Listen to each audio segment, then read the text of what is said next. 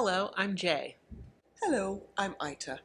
Hi, I'm Melissa. and these are some of our favorite books for rising second and third graders from the summer reading lists. 9-year-old Ella, having lived there her whole life, considers herself the resident expert on 1106 Wildflower Place and stands at the ready to welcome new neighbors Leo and Cleo into their downstairs apartment. Of course, there is the mystery of the reclusive Robinsons of Apartment A, who are never seen but nonetheless collect their mail, retrieve their laundry, and tend an impressive garden bed of roses. Ella will soon discover that even an expert such as herself has more to learn. For readers who enjoy a peek into the lives of others, The Apartment House on Poppy Hill by Nina LaCour is a lovely slice-of-life novel about the community built up by these house-sharing neighbors. The Mailbox in the Forest, written by Kyoko Hara and illustrated by Kazui Takahashi. Mayu is visiting with her grandparents who live next to the forest. She learns all about letters when her grandfather receives one from a friend. On exploring the forest, she finds a mailbox with an invitation to leave a letter. So begins a friendship as Kanta and Mayu leave letters for one another in the box. Mayu discovers that her new friend is not a boy, but a lonely fox. Soon it is time for Mayu to return home to her parents. Will Kanta and Mayu be able to keep up their friendship and continue to write letters to each other? A forest friend provides a unique solution. The illustrations are both black and white and color with a charming and cute quality. As simple and engaging stories, this is the first of a trilogy. Welcome to Mrs. Z's third grade class at Curiosity Academy. Every student is unique and special and stars in their very own story.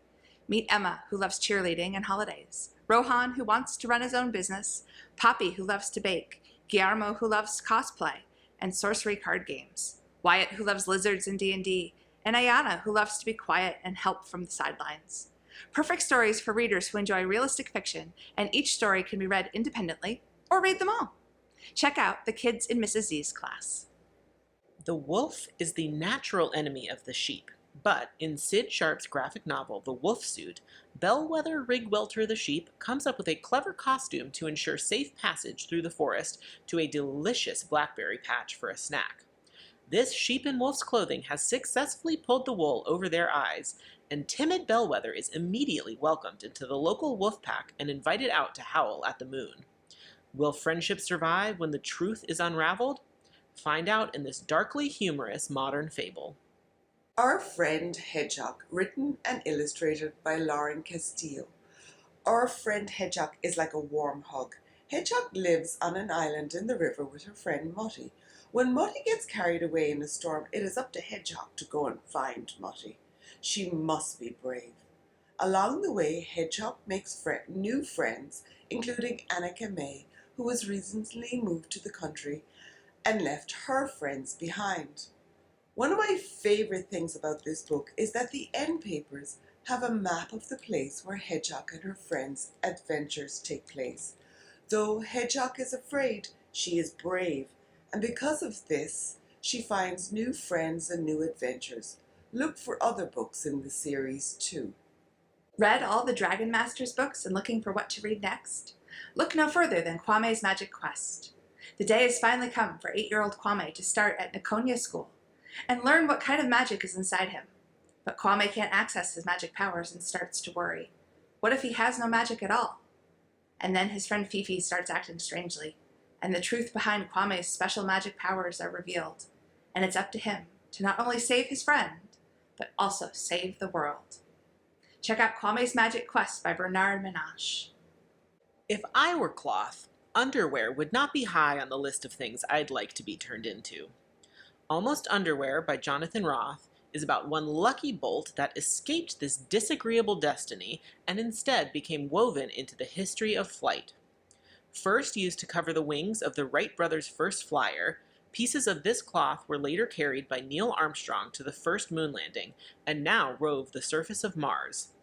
I especially enjoyed how the author integrated historic photographs of these 3 significant flights into the illustrations. Flight enthusiasts and future engineers will not wish to miss this title. Nina, A Story of Nina Simone, written by Tracy N. Todd and illustrated by Christian Robinson. Eunice could sing before she could talk, and her mother believed she had music on the inside. She learned to play the piano, and when she was 3, her mother brought her to the church where her mother preached so that Eunice could play for the people there. When she was a teenager, she moved to New York to go to Juilliard, a famous music school. To earn money, she played piano and sang in a bar. Her mother would not have approved, so Eunice changed her name to Nina Simone. At this time, Martin Luther King and others were fighting for civil rights, and Nina knew she could help by writing and singing songs of protest. The laws of the United States did change, but Nina continued to sing and to protest all her life. The artwork is by Christian Robinson, who also did Last Stop on Market Street and Milo Imagines the World. As well as paint, he uses fabric to add texture. The cover illustrations seems like it should be knobbly and not smooth.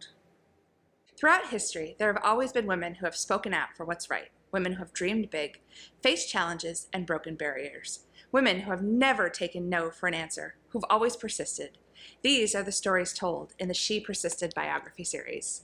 Learn about some of the amazing women who have made lasting impacts on our world, from astronaut Sally Ride, civil rights activist Claudette Colvin, musician Marian Anderson, Supreme Court Justice Sonia Sotomayor, and gymnast Simone Biles, and others including athletes, doctors, scientists, artists, activists, and more.